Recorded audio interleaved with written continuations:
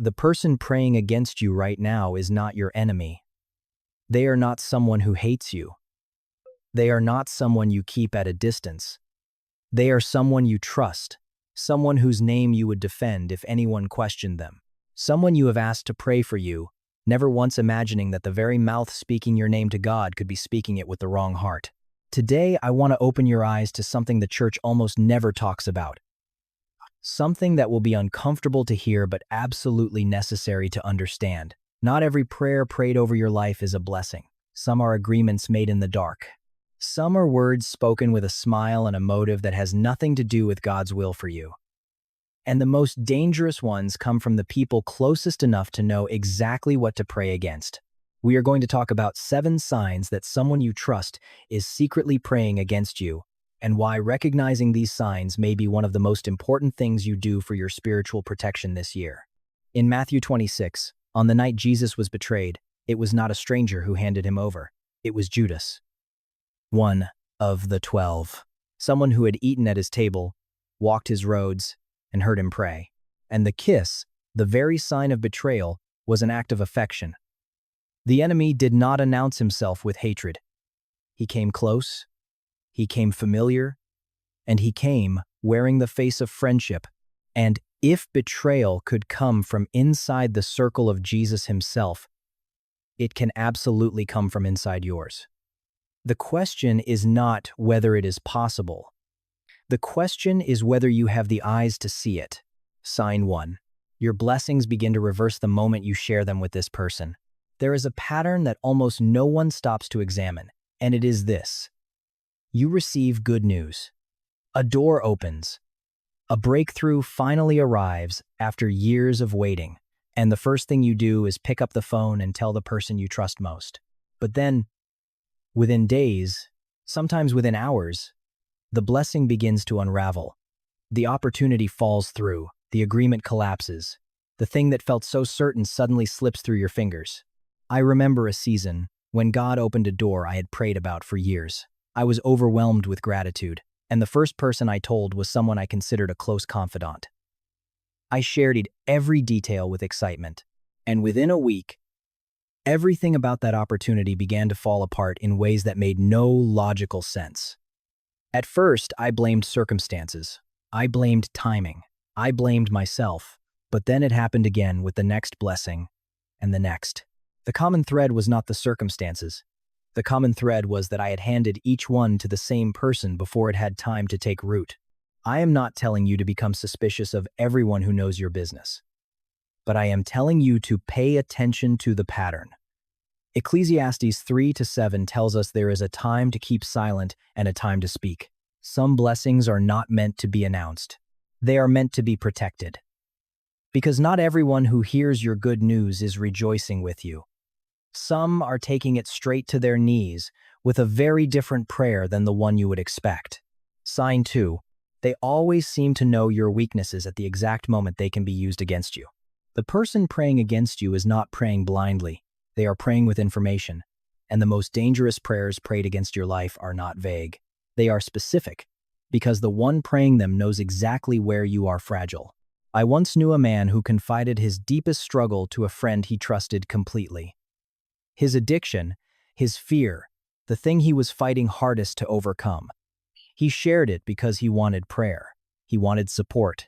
But over the following months, he noticed something strange. Every time he began to gain ground over that struggle, every time he felt himself getting stronger, a sudden temptation would arrive at the precise moment of his greatest vulnerability.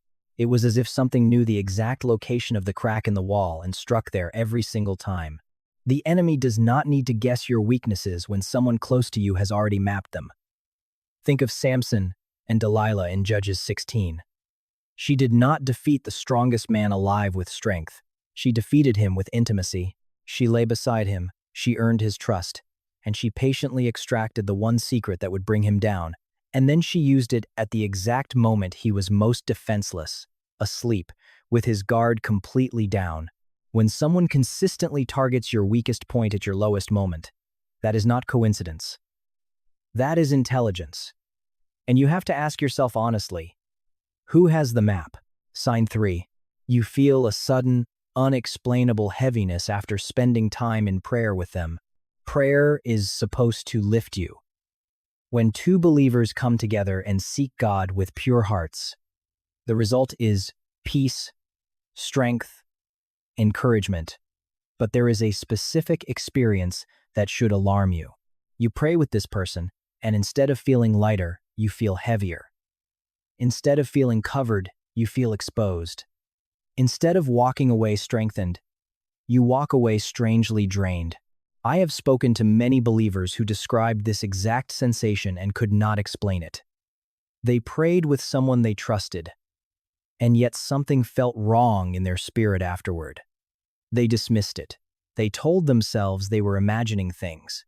They told themselves it was ungrateful to question someone who had just prayed over them. But the heaviness kept returning. Consistently, every single time that person laid hands on them.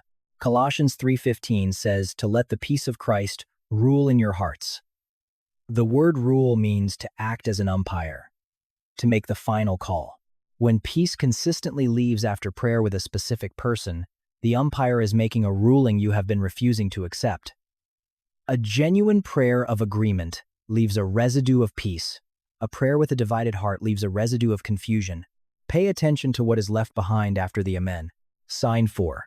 They subtly discourage you every time you talk about growing closer to God. The person praying against your life is rarely praying against your health or your finances first. Often, they are praying against the one thing that protects everything else: your relationship with God. And in the natural world, this shows up as a quiet, persistent discouragement every time you try to go deeper. I knew a woman whose spiritual life began to come alive in a powerful way. She started praying more, reading the Word with hunger, attending a midweek service she had never gone to before, and the person closest to her, someone she loved and trusted, began to chip away at it, not with open hostility. With small comments. You're becoming a little obsessed. Don't you think you don't need to go to church that much to be a good person? I just don't want you to lose yourself in all of this. Each comment sounded caring. Each one was a brick removed from the foundation she was trying to build. Galatians 4:16 asks a piercing question. Have I now become your enemy by telling you the truth? But the inverse is just as important. Sometimes someone becomes your enemy not by telling you the truth, but by quietly talking you out of it. When the people praying against you cannot stop your blessing directly, they will try to stop the source of it. They will work to cool the fire of your relationship with God, because a believer who is close to God is a believer who is hard to reach. If someone's face is already coming to your mind as I describe these signs, brother, sister, please subscribe to this channel and write in the comments, Lord, open my eyes to see what I could not see before. Type it now, because the spiritual world responds to declarations. And stay with me, because the next 3 signs are the ones that operate in complete disguise, the ones almost no one recognizes until it is too late. Sign 5. Their words about your future are always coded in doubt, never faith. Listen carefully to how the people closest to you speak about your future, because their words are a window into their prayers. What a person truly believes about you in private is what they speak over you in public. And if someone consistently speaks doubt, limitation, and fear over your future, you can be almost certain that the same vocabulary is showing up in their prayers. I have met believers whose callings were buried not by a dramatic attack, but by years of small, doubtful words from someone they trusted. Are you sure that's realistic? Maybe that dream is a little too big for someone like you. I just don't want to see you get your hopes up and fail. Decade after decade, those words settled into the soil of their hearts until the dream itself felt foolish. And the tragedy is that the person speaking those words often believed they were being loving. They believed they were protecting them.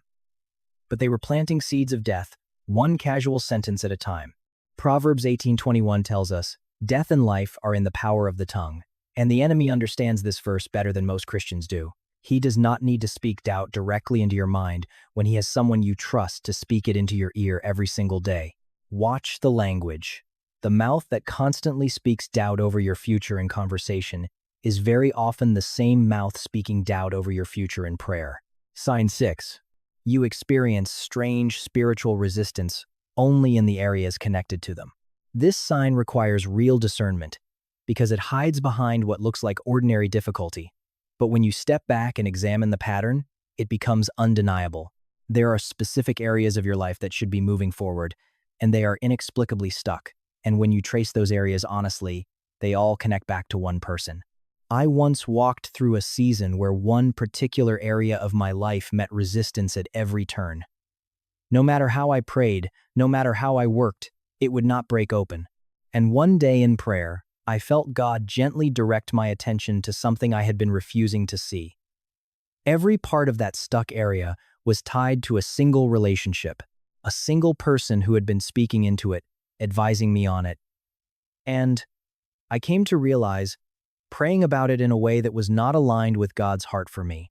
When I finally created spiritual distance and covered that area in my own prayer, the resistance lifted in a way that could only be described as supernatural. Nehemiah faced this exact dynamic. Every time the wall of Jerusalem moved forward, Sanballat appeared with a new scheme, a new threat, a new distraction designed to stop the work. The resistance was not random, it was targeted, and Nehemiah's response in chapter 6 was extraordinary. He said, "I am carrying on a great project and cannot go down." He recognized the source of the resistance, and he refused to come down from the wall.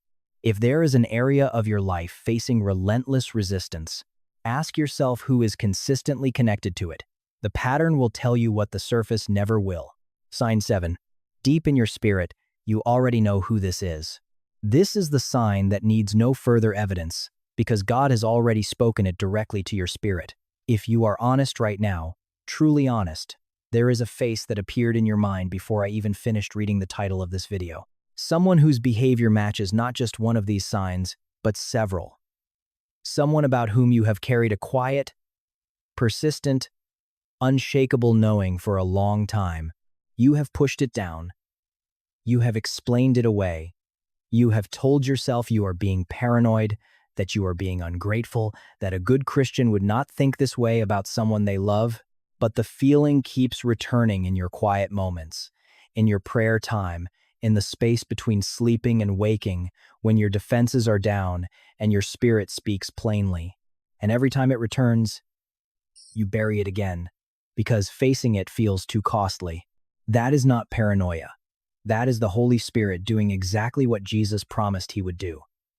John 16:13 says that when the Spirit of truth comes, he will guide you into all truth, all of it, including the truths about the people around you that you are not yet ready to face. God does not reveal these things to torment you. He reveals them to protect you. He shows you what is operating in the dark because he loves you too much to let you walk blindly into it. You do not need another sign. You do not need another video. You do not need another confirmation. You already have the knowing. The only thing remaining is the courage to respond to it. Now, before we close, I need to say something very important, and I need you to hear it with your whole heart. Recognizing that someone may be praying against you does not mean that person is a monster. In many cases, they do not even fully realize what they are doing. Their prayers are shaped by jealousy they have never confronted, by fear they have never surrendered, by a wound they have never let God heal. They are not evil people. They are broken people, wounded people, spiritually unaware people through whom the enemy has found an open door. The spirit operating through them is the real enemy, not the person themselves. So your response is not hatred.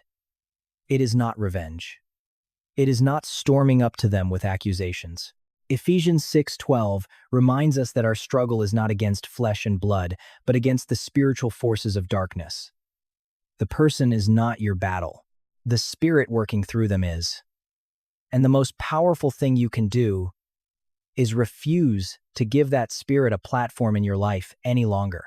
Sometimes that means distance. Sometimes it means guarding what you share and with whom. Sometimes it means covering yourself in prayer before you ever pick up the phone.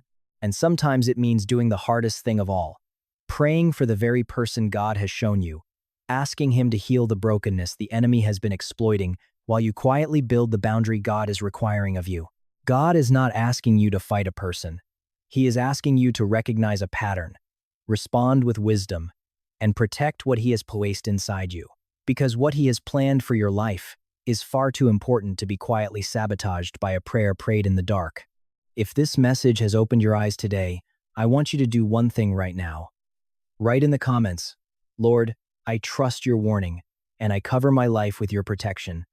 That is not just a comment, that is a declaration, and the spiritual world hears declarations.